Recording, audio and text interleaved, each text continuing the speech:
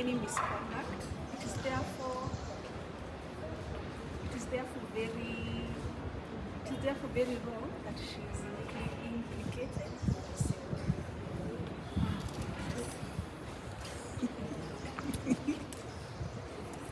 Good afternoon, members of the Florida State. For the purpose of the introduction, my name is Wamboi, Shadrack Wamboi. I serve as an associate in the firm of Dunstan Murray. Now, today we have gathered here pursuant to instructions that we have received from our client, one Lydia Wairimu Warogoro Kibara. Lydia Wairimu Warogoro Kibara has been a senior insurance officer in various insurance companies within the Republic of Kenya for a stint of about 30 years. For 3 decades, she has served in different insurance companies. One, she began her stint as an insurance officer in the Jubilee Insurance Company. Subsequently, she migrated from Jubilee Insurance Company and went through to Saham, which was subsequently consolidated or merged with a Mauritius company known as Mua Kenya Insurance Limited. Now, during her stint at Mua Kenya Insurance Company, she served, or she was honored to serve this company as its chief executive officer for a period of time that she was there, up until the year 2024, when the two companies, the company and herself, decided to mutually terminate and separate as employer and employee. Up until that time, she has been diligent, she has been forthright in all her dealings, and she has faithfully discharged all her responsibilities as the CEO of Mua Kenya Insurance Company Limited.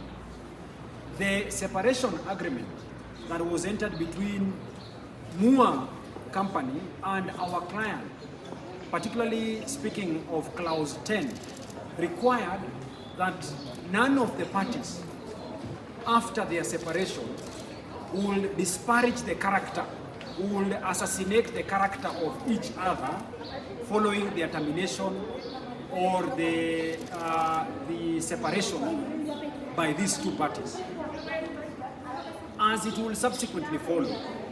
And what has given our client a cause of action in law is that on the 23rd day of September 2025 this year, the daily newspaper, which is associated closely with the Nation media, or the Daily Nation, that of course prints its newspapers, which of course enjoys nationwide circulation. The daily newspaper of the 23rd day of September published very defamatory information as against our client. They alleged that Mua Kenya Insurance Company had lost a tune of about 1.6 billion shillings during a time when our client was serving as the CEO or the Chief Executive Officer of Mua Kenya Insurance Limited. The newspaper, or the authors of this newspaper, further went ahead and alleged that because of the loss of this 1.6 billion shillings by Mua Kenya Insurance Company, that this loss is to attribute for the subsequent dismissal of the CEO of Mua Insurance Company Limited.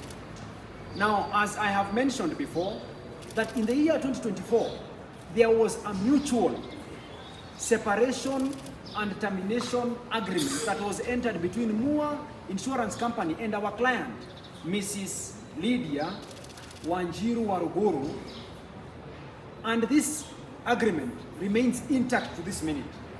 And therefore, for the daily newspaper to subsequently allege that our client was dismissed from employment because of her fraudulent dealings that cost the company a loss of about 1.6 billion shillings, we have taken it to be a disparaging remark, a defamatory statement made against our client, who has had a long-standing career as an insurance broker or an insurance practitioner,